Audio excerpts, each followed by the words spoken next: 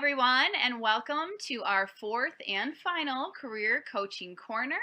Thank you so much for joining us on this new virtual collaboration between the Office of Alumni Engagement and OU Career Services. My name is Erin Sudrovech. I'm up here in the corner. I'm the director of the Alumni Engagement Program at OU. And as usual, my two partners in crime are here with me, Kelly Dorner, OU alum, the class of 1996, and Matt Karrandja, OU alum, class of 1997. Welcome back. I'm so glad that you guys could join me again. This week's topic is maintaining momentum in a virtual job search. So why don't you two briefly introduce yourselves one more time in case we have new folks joining us in our audience, and then we'll get started on our questions. So Kelly, let's have you start. Sure, thanks, Erin. So my name is Kelly Dorner, and I am Director of Internal Operations for Career Services at Oakland University. I've been in my role for just about 5 years. It's hard to believe. Time definitely flies. And prior to joining the Career Services team, I spent the better part of my career doing recruiting and human resource related work. So now I almost feel like I've been given the pleasure and honor of serving Oakland University in my role, where I get to share the knowledge that I built through a career in human resources with Oakland University students and alumni. And quite frankly, I'm grateful every day for my job, and thanks for having me today, Erin. Thank you again. It's been great to have you on these episodes here. And of course, Matt Karrandja, tell us a little bit about yourself. Erin, it's great to be back. I absolutely love doing these sessions with the both of you. My name is Matthew Karrandja. I'm the Vice President of Sales for a company called LHP Engineering Solutions.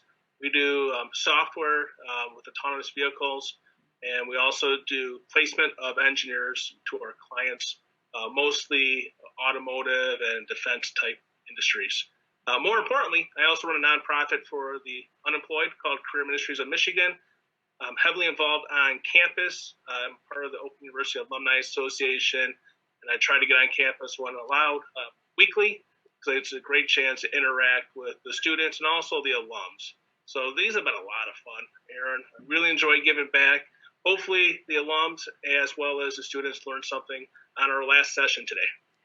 Absolutely, and I think that will definitely be a good way to segue into our questions. So again, today's topic is about maintaining momentum in a virtual job search. So the way I wanted to start today is really to ask the two of you to each provide, if you could provide one piece of advice to the folks that are out there working on finding a new job or transitioning to something different, what would be that piece of advice of navigating a virtual job environment?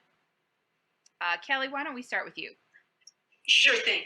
So my best piece of advice would be to really try to avoid the fatigue or a little bit of a black hole, if you will, that can happen if you are conducting your job search primarily by using the job boards. There's a lot going on out there, especially in this COVID environment. You may find that the job boards at this point, certainly there are opportunities out there that are fresh opportunities that are ripe for the taking. And then there's also some that might have been posted pre-COVID that you're looking at. And it's not that you shouldn't consider those, but as you can imagine, we're in these evolving times, right? So there are many things on these job boards, and it would be feasible that one could spend all day, every day looking at just the job boards, and it starts to feel like a black hole. My advice is they are a necessary part of any job search.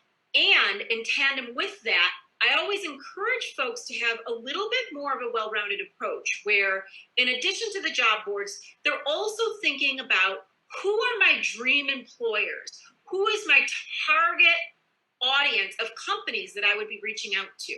And I would encourage you, as you're mapping out your job fair approach, to dedicate at least a few hours a week to researching those employers by going directly to their website. And often you may find that they have postings in areas that you're qualified for that you would have never imagined searching for on a job board. So in that regard, I think that really doing your best to avoid fatigue in that job board space by mixing it up a little bit is a really critical piece of advice that I would share. Absolutely. Matt, how about you? What are your thoughts on advice for navigating the virtual job search? So first and foremost, the most important piece of advice I can give to you is stay positive and optimistic during these trying times. It is difficult for some. There's not a lot of jobs that are currently posted, as Kelly said, or they might be outdated. My best bit of advice I can give to you is to develop your network, utilize LinkedIn, reach out to people in that organization, understand their background, understand what the company does, and let them know that you're available. I'll give you a quick story. We just hired a software engineer. His skill set was in AutoZar, which is very specific. We didn't have a position available for him, but we looked at his background, looked at his criteria, and we made a position for him. And companies do that. Some jobs are not posted on the internet, not posted on Monster, Career or any of the other sites that are out there. So by reaching out to employers and letting them know that you are available, you're going to get the advantage. Because as Kelly mentioned, you don't necessarily want to apply to the black hole. The OEMs get thousands and thousands of applicants a week, especially right now. If you can get rid of this competition, and by reaching out to someone within the organization that can be your champion, that's going to go a long way for you. But as I said before, my best bit of advice for you, stay positive, don't get discouraged, and opportunities will happen for you if you make it happen. Well, that's I think that's a really good segue into our next question too, is could we expand on some of those, points where you're getting frustrated, you're getting discouraged? What are some stumbling blocks that people might encounter, and how would you recommend overcoming those? So, Matt, let's start with you on that one. So the biggest stumbling block I see out there right now, honestly, is people are making excuses right now. It's nice outside, right? The weather's changing. They're not motivated. I'm going to be honest. If you're looking for work, it is a full-time job. You need to be out there. You need to, that's just pounding the pavement virtually, but you need to make sure that your resume is up to date.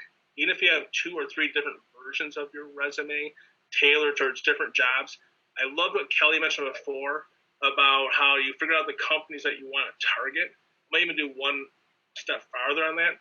When I teach the classes with career ministries, let's do a geographic reference first. Where you want to be, make a circle. I want to be within a 10-mile radius, 20-mile radius, or I don't care. I'm open anywhere. All right, then let's target the companies that you want to hit, whether it be defense, agriculture, automotive. Then, as Kelly mentioned, target 5 to 10 companies that you're going to really make a conscious effort to get to know the key players there, then reaching out to them, whether it be if you're an engineer, the engineering manager, maybe not HR first. If you're purchasing, the purchasing manager first, or the purchasing director before you go to HR, and then eventually reach out to people in HR or recruiters. Become good friends with different recruiters because they will guide you in the right direction. That sounds like a very robust task list right there, I think. Kelly, did you have anything to add about, stumbling blocks and how to overcome them? Yeah, Erin, I think a pretty common thing that is happening quite a bit as I'm talking with people is we live in very uncertain times right now. Let's call it what it is, right? Everybody is watching the news, right? We've become over consumers of this information. And my stumbling block that I'll reference is I think that it is very easy to get caught up on some things that we're seeing in the news. It's a lot of doom and gloom. It's a lot of, look at these unemployment rates in these unprecedented times. So it's very easy to fall into the trap of throwing your hands up in the air and just saying, why would I even bother to look right now? Mm-hmm. And to Matt's point, and this is something that I referenced earlier as well, there are still companies hiring, right? And I would argue that now is the time to be reaching out, to try to be expanding that network, to apply to things that are out there and available, because hires are still happening, even in a COVID state that we're all in. And I think that that is definitely an important stumbling block that I've seen folks hit. And I would encourage you to sort of flip that a little bit to be able to say, there are still things that are out there. There are still things that are posted. So yes, the media and the news are telling me this about unemployment rates. I'm going to maybe temper my expectation level about how quickly things might go, but I'm not going to let that derail me and stop me. Good quality advice right there. Absolutely. So one of the things that I wanted to ask you about, Kelly, are kind of those next steps. Once, you've been looking at the job boards, maybe you've been trolling around to some of the companies online, but let's talk specifically about virtual career fairs. Mm-hmm. What is a virtual career fair? What can you expect from attending one? How do you prepare for it? All of that good stuff. Yeah, so let's start with what exactly a virtual career fair is. These things, I think even pre-COVID, were starting to become more of a thing. But certainly in this environment, if you can picture a job fair that maybe had, 150, 200 employers and thousands of people wandering around trying to explore those employers, something like that is very likely out of scope for the immediate future. Let's just call it what that is, right? And in a virtual platform, there are many, many companies out there that have these virtual platforms that they are positioning and trying to, in essence, have as a product to career services offices and other organizations like that across the country. And the platform works in such a way that a career services office like mine could still host a job fair, but do it electronically. So in other words, there will be employers that are registered for this fair with the intention of hiring people. And the way that a candidate would participate and prepare is very similar to what they do in a face-to-face setting, okay? You'd still need to have a resume.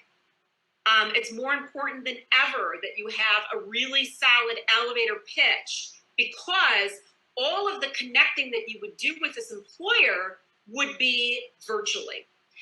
So picture yourself messaging a particular employer with a pitch about yourself, trying to entice that employer that they should want to meet with you in a private setting. Most of these softwares have the capability that they can have private rooms, if you will, for them to do video chat with potential applicants, or minimally have a private chat with those applicants. So ultimately, the focal point should be to still have that resume just as pristine as ever, right?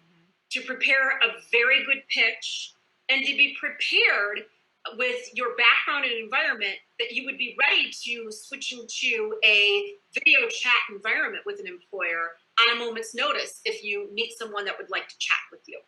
Which hopefully would be the case, right? Yeah. Yes. So, Matt, I know you have a lot of experience with virtual networking events. So even, beyond the career fair, which is a very specific virtual event, talk to us a little bit about how you prepare for virtual networking events, maybe how you find them, and what you could expect from them as an attendee at that event. Absolutely. It's kind of the same principle what Kelly is mentioning. You have to do your due diligence. You have to do your research for these events. And they're being posted right now online because they do want you to participate, because if they don't have participants, there's the companies that I deal with won't attend, right? So I'm basically being the job seeker at this event, and I'm trying to reach out to companies. And so same concept where I might go into a room and I need to have my 2-minute elevator pitch ready, and you want to have a conversation, but instead of talking about myself, I'm talking about my organization. So you can find them online, you can do some research online, you can Google it. Companies are putting them out there for if the alums are looking to gain business, so for their organizations, that's what we kind of geared towards. It works.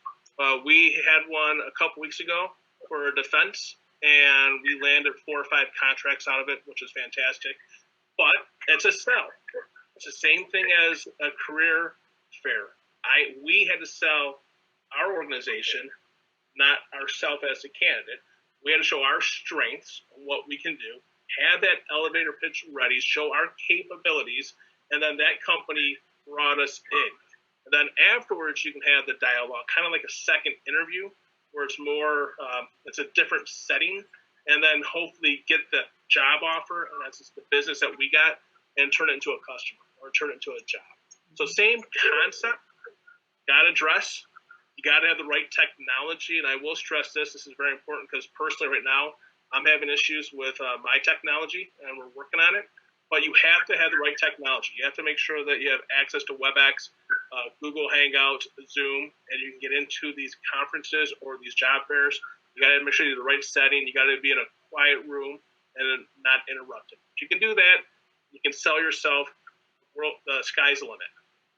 Absolutely. Well, and actually that is a really nice little pitch for some of our previous videos that we have already produced and put online.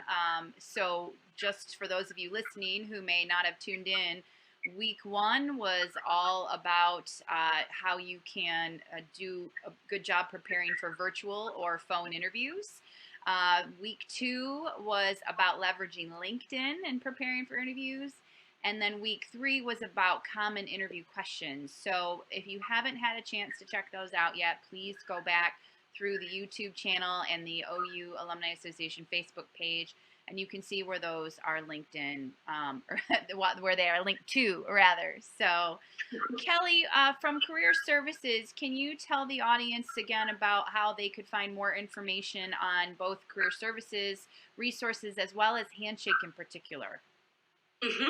Absolutely. So on the Oakland University website, Career Services has its own page on the university website. So you can either search for us on the university website by typing in Career Services, or you can just type in the oakland.edu/career services and it will take you to us.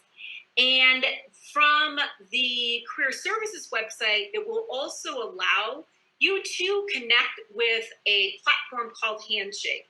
In a Handshake, there are all sorts of resources to help folks prepare. So we talked a lot about that elevator pitch. There's a tool in our resource section that's meant to help folks create such a thing, as well as literally hundreds of job postings at any given moment that you have access to as an alum, and we'd love to see you apply for. So those are some things that you can look forward to through Oakland University Career Services and Handshake. Absolutely.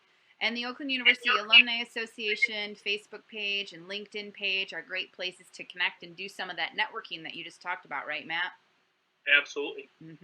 So you can check us out online there, but I wanted to offer here as we are closing out our final session, again, one more thanks to you, Kelly and Matt, for joining me on these little video sessions that we've hosted. I hope that those of you alumni and students that are in the audience virtually have been enjoying them, and certainly I'm sure you join me in thanking Matt and Kelly for all of this time that they have put into them. Thank you guys. Thanks to everyone who's listening, and hopefully we'll see you around for some additional programming on our website and on our social media channels, and good luck as you continue your job search. Thanks again, Kelly and Matt. We'll see you guys later. Thanks. Thanks.